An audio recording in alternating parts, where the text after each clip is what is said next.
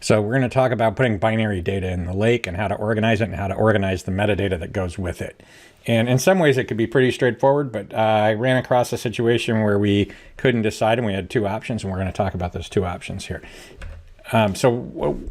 Why is this an issue? And it's an issue because when we do, let's going to pick, you could do image with image recognition, or we could do audio with audio text extraction. We could do audio without text extraction. But let's pick an audio without text extraction. In this case, we've got 10 metadata attributes bound to each audio piece, and then we've got extracted text. For the purpose of this, it gets a little more complicated with the extracted text. We could treat it like the rest of the metadata. I'm going to actually claim here it belongs in its own zone, kind of like the sound itself does, because it contains highly sensitive information, whereas the metadata might not be sensitive. So we might manage those differently. I just wanted to call it out here. If we have call centers, or we're doing sound capture some other way, or we're doing image capture, Google with the cars drive by and they take pictures of everything. How are you going to manage that? And I'm sure there are much bigger system ways to do this. And I apologize if somebody at Google's like, you're an idiot and you got to do this differently. So when we have a lot of them, we end up with a lot of metadata and a lot of sound files. So it's a lot of data, and we got to figure out how we're going to organize it. And a lot of times we end up streaming that data into the lake, or micro batching it into the lake. And so, when we store data in the lake, what are the things we do? We basically support them, the massively parallel lake storage format, so that we do this highly partitioned micro batch filled into the lake. And then on the rectangular data side, a lot of times we'll use ORC or Parquet, CSV, fixed. And then on the non-rectangular side, we've got sounds and images in their native formats. We could have archives, which we might or might not extract. You could have Avro and JSON. And one of those is binary and the other is text. And so some of these formats support embedding and some don't. And so anyway, I'll show you in a minute. And so that's it. We know we've got the metadata, which probably can be stored in rectangular format. And we know we've got other stuff that would be stored in non-rectangular, pretty much anything in non-rectangular. The question is, how do we want to do that? Especially if it's non-textual, right? So maybe JSON would be handled differently than sound file. So there's really two options. You can store them adjacent or near each other in a related.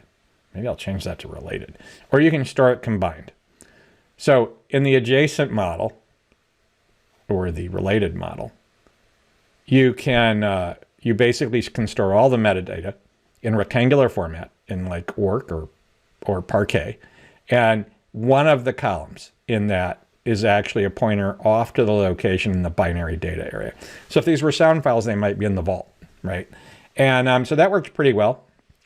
The other way to do this is you could take like Parquet, and Parquet supports a binary column, and you could decide you're going to add a column to your Parquet, and you're going to drop the sound as a binary into that Parquet. So that would be text and with an embedded binary column, and the other would just be text data and a binary storage area, right? Which would be different. So what are the advantages and disadvantages of storing them adjacent? So advantages of storing them adjacent, one of them is they can be stored in different zones.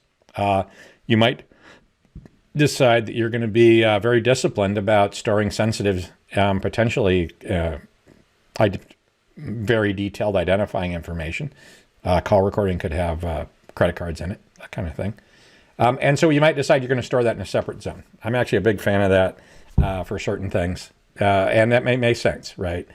And another way you might do that is you might store the metadata in a zone accessible by customers and by your employees, and the images are only visible to the customer, maybe.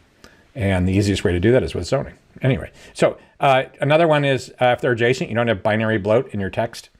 You can use natural binary tools. So if you want to go after a sound file, you can use general wave tools. You don't have to run some Parquet extractor and then get to the sound and then use the tool on that and stream it into that. It's going to be super fast for metadata only. It's a natural way to store it. You store the binary in their format, and then you store the rectangular or other data in its natural format. You can have multiple formats can work the same. So if you're doing ORC or CSV, CSV doesn't support embedding of binaries, for instance, and you decide you want to store the metadata in CSV and in Parquet, that'll work. Whereas If it's embedded, it might not. And then multiple systems can point at the same binary. So if I have a data warehouse and a data lake, and they want to point at the binary, there's no need for me to store that binary twice, once in the data warehouse and once in the lake. The disadvantages are you got to get 2 retrievals to get to the binary. You got to get to the metadata first and then get to the link to the binary. The metadata and the binary can become decoupled. If you start to reorganize your data, and you move the binary, you got to find all the places where the metadata pointed to it. And you got to do 2 writes, 2-phase commit for each recording. You got to write the metadata and you got to write the recording itself. On the combined side, probably the best advantage is get a tight coupling between the metadata and the binary. That's also its greatest weakness. You end up with this tight coupling between metadata and the binary. The advantages, repartitioning and compaction are easy, I think. And if you move stuff, which it really means if you move it, it's easy to move. The downside is if you have multiple binaries per row, like I wanted a sound file in 2 different formats, I end up with like this monstrous thing with 2 binaries in it. And a lot of storage mechanisms really aren't ideal for storing big blob data. They're not great on the storage part of that. They end up going through a 2-phase commit, and so the end result is the same. If you had a data warehouse and a data lake, you'd end up with duplicate repository data across the repositories because each row would contain the binary data. So basically, the only thing I would say is plan ahead for your binary data. How much metadata are you going to capture? Will the binaries be referred to from multiple zones? Are you going to implement security zones in a harder way than just doing through column visibility or access column controls? Are the controls different for metadata and binary? Is there a different set of users? It might be easier, more reliable to put the binary somewhere else, or maybe your controls are good. And what open source and standard tools are you using? Those tools might drive part of your decision, and things like storage and that kind of hit.